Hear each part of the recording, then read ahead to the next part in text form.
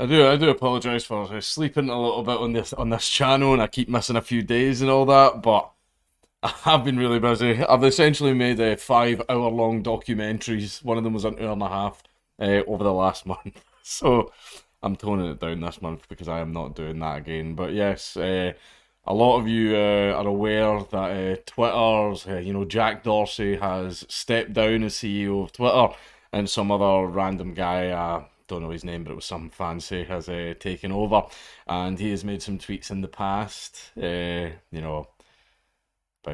white people and stuff like that. So, it sort of lets us know what we should expect. And there already was a huge wave of account bannings. Now, I don't know if this was old accounts that haven't tweeted in a very long time, or if it was, just, you know, certain people being removed again. But there have already been some large changes at Twitter.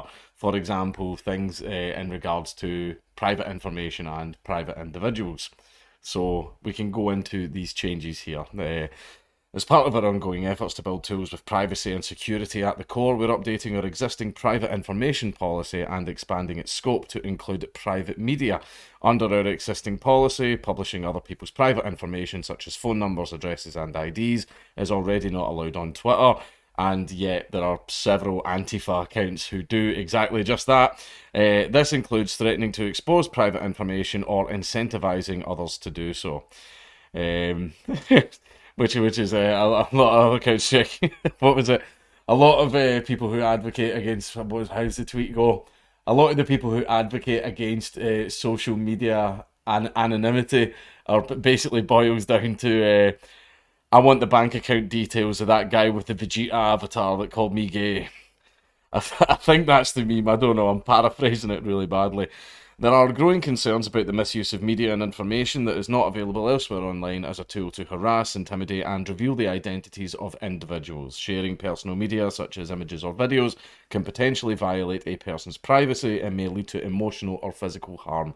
The misuse of private media can affect everyone, but can have a disproportionate effect on women, activist dissidents, and members of minority communities. When we receive a report that a tweet contains unauthorised private media, we will now take action in line with our range of enforcement options. Which, as we all know, there's who's one of the most famous ones, like Anti-Flash Gordon, that he doxes people constantly all the time, and he's been involved in some controversy himself. But yeah, he doxes people all the bloody time, man. I mean, even bloody Vermin Supreme, someone I once had a lot of respect for, was posting, doxes of people from right-wing groups and all that. So basically, like, apparently this was already a rule that you're not allowed to do that. Well, it seems that that's just completely untrue. While our existing policies and Twitter rules cover explicit instances of abusive behaviour, this update will allow us to take action on media that is shared without any explicit abusive content, provided that it's posted without the consent of the person depicted. This is a part of our ongoing work to align our safety policies with human rights standards. Oh yeah, because Twitter cares deeply about human rights, especially, the fundamental right to freedom of speech, that right that all the other rights are built on. Yeah, that literally the foundation of all the other rights. Yeah, it doesn't give a fuck about that one. And it will be enforced globally starting today. So what is in violation of this policy? Under our private information policy, you can't share the following types of private information or media without the permission of the person who it belongs to. So it says belongs to, not the person that is featured in it, because pictures and videos count as well.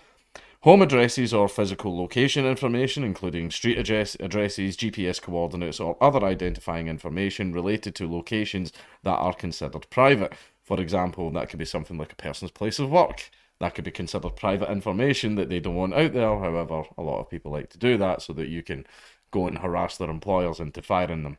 Man, this guy posted a tweet that made me feel bad for 30 seconds. I better throw his family into financial ruin. Better make sure his kids can't eat because he made me feel bad for 5 minutes. Identity documents, including government-issued IDs and social security or other national identity numbers. Note we may take limited exceptions in regions where this information is not considered to be private. Contact information, including non-public personal phone numbers and email addresses. financial account information, including bank account and credit card details, and other private information, including biometric data or medical records. And these were all things that were included in it before. However, obviously, it is selectively enforced. Again, there are a lot of Antifa accounts out there that dox people all the time. And this is the new part: media of private individuals without the permission of the person depicted. The following behaviours are also not permitted: threatening to publicly expose someone's private information. Again, there are like, what was her name? Emily Gorsensky. She does that all the bloody time. Antifash Gordon does it all the bloody time as well. Sharing information that would enable individuals to hack or gain access to someone's private information without their consent, like sharing sign-in credentials for online banking services, asking for or offering a bounty or financial reward in exchange for posting someone's private information. So that doesn't seem to be in obtaining it, but in posting it, and asking for a bounty or financial reward in exchange for not posting someone's private information, sometimes referred to as blackmail, because that's literally what that is. When private information or media has been shared on Twitter, we need a first-person report or a report from an authorised representative in order to make the determination that the image or video has been shared without their permission. The image or video, so basically it says containing private information, but however, media of private individuals without the permission of the person depicted. So that could be you're just standing outside of a shop, you're smoking a fag, just minding your own business. Someone comes up and films you or takes a picture of you and posts it on Twitter. That falls under that. They now can no longer post that on Twitter, but it seems that you need to actually go in there and make the complaint. Otherwise, Twitter won't remove it. Sharing private media. When we are notified by individuals depicted or by an authorised representative that they did not consent to having their private image or video shared, we will remove it. This policy is not applicable to media featuring public figures or individuals when media and accompanying tweet text are shared in the public interest or add value to the public discourse. And here we are, the subjective grey area. So, for example, this policy is not applicable to media featuring public figures, right? So that basically means that I would be considered a public figure. So basically, it wouldn't apply to me. But however, if it's just Bill the Bricky down the road, it would apply to him. Or individuals when media and accompanying tweet text are shared in the public interest or add value to the public discourse. So who gets to decide whether or not it is in the public interest, and who gets to decide whether or not it adds value to the public discourse? Twitter gets to decide that. Silicon Valley has now taken over another area of speech. Basically, you could post something and say like, oh look, here is some Antifa guys, like destroying a shop and burning down a family business. Well, us right here as a Twitter, where we clearly don't have a left-wing bias, we've decided that a few people that were in that video complained to us, and they were private individuals, and we've decided that this is not in the public interest and it does not add value to the public discourse, so we are going to remove it. For example, the Kyle Rittenhouse videos could have been another one. All it would have taken is for one person in the background of any of those videos to make a complaint to Twitter, and well, let's face it. See, because the videos proved that Rittenhouse was acting in self-defense, Twitter would have removed those. There could be a bunch of other things that this could be used for as well, right? Basically Twitter now gets to decide. Like, it was not just basically we're calling this the Andy No rule. It seems that this rule was drafted up specifically for Andy No. That's clearly what it is. It seems that this was made specifically for him. However, if the purpose of the dissemination of private images of public figures or individuals are part of public conversations is to harass, intimidate, or use fear to silence them, that's something that happens an awful lot with us, and we both know that that's not going to be applied equally. It's not. We may remove the content in line with our policy against abusive behaviour. Similarly, private nude images of public individuals will continue to be actioned under our non-consensual nudity policy. Damn. Fuck.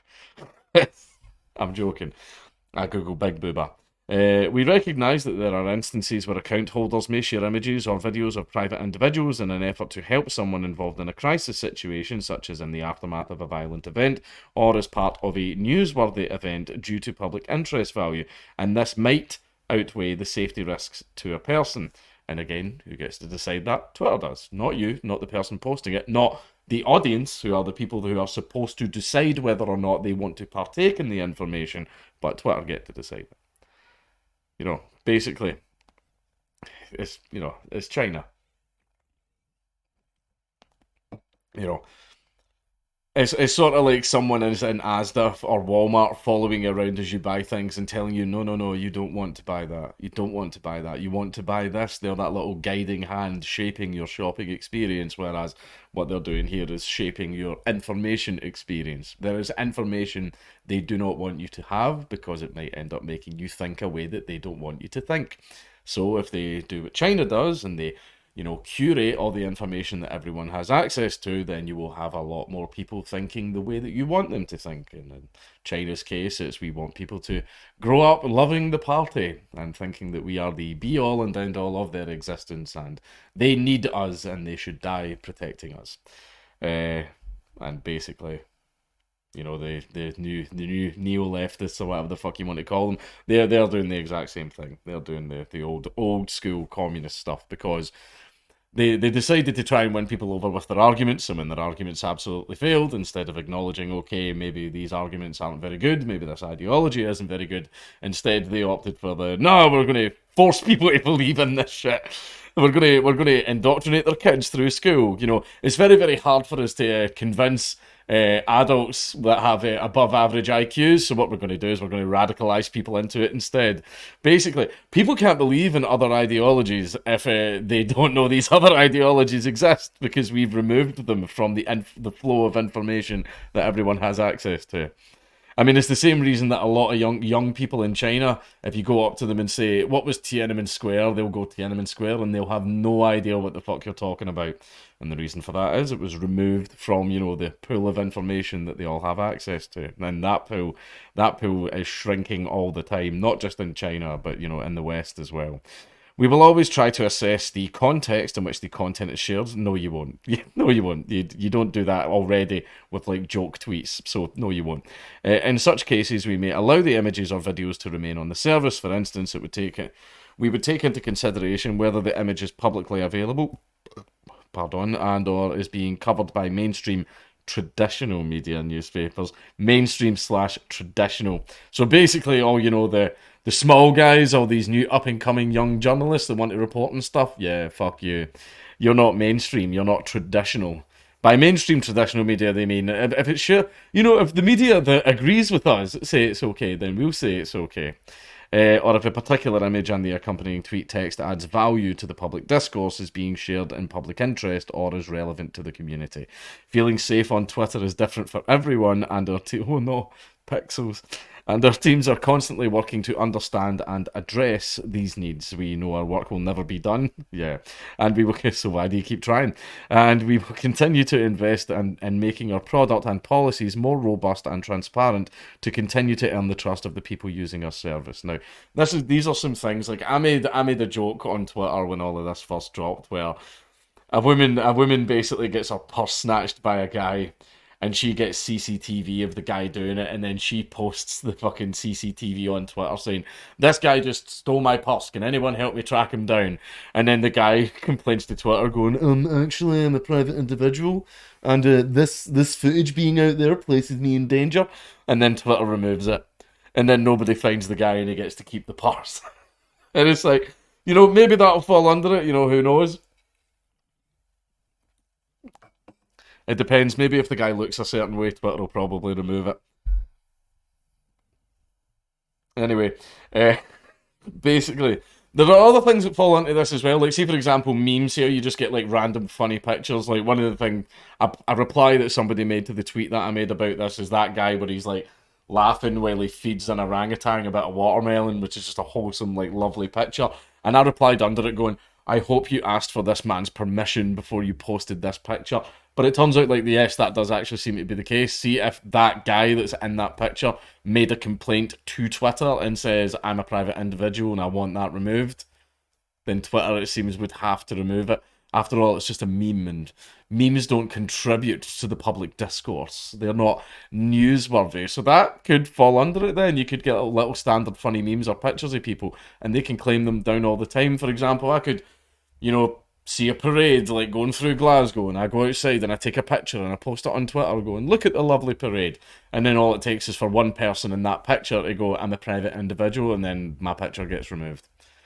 Right, and one of the things that will probably be happening as well, which we'll see a lot of, is if someone takes any videos of riots or, things like that, people are masked up. There's no evidence that that person, for example, the masked up guy over there, that could be Joe Blogs, it could be Dave Smith, it could be fucking Humbert. I need to stop using that bloody name from that fucking horrible book. But could be anyone, but then some random guy on Twitter that wants it taken down could, like, message Twitter and go, yeah, that's me, but it fucking isn't. And boom, there you go, the video gets taken down. Basically, Andy No won't be allowed to tweet anymore. But yeah, this is something, this is going to get abused, right? Because see how the rules that are outlined at the start, oh, you're not allowed to dox and post private information, that already is not enforced fairly. It's not in any way enforced fairly. And basically, this new CEO of Twitter has made it abundantly clear what side of the fence that he's on. And it's not even a case of, he's the old left from like the 90s, like the cool left, the left that we actually get along with and enjoy. He's not part of that. He's the modern day far leftists, right? He's made that abundantly clear. And basically, see, one of the things with the new CEO and all these like shit new rules coming in that are obviously not going to be enforced fairly, it brings me back to the other meme that I posted about this. Friend, I know the world seems pretty bad right now, but it's going to get way worse.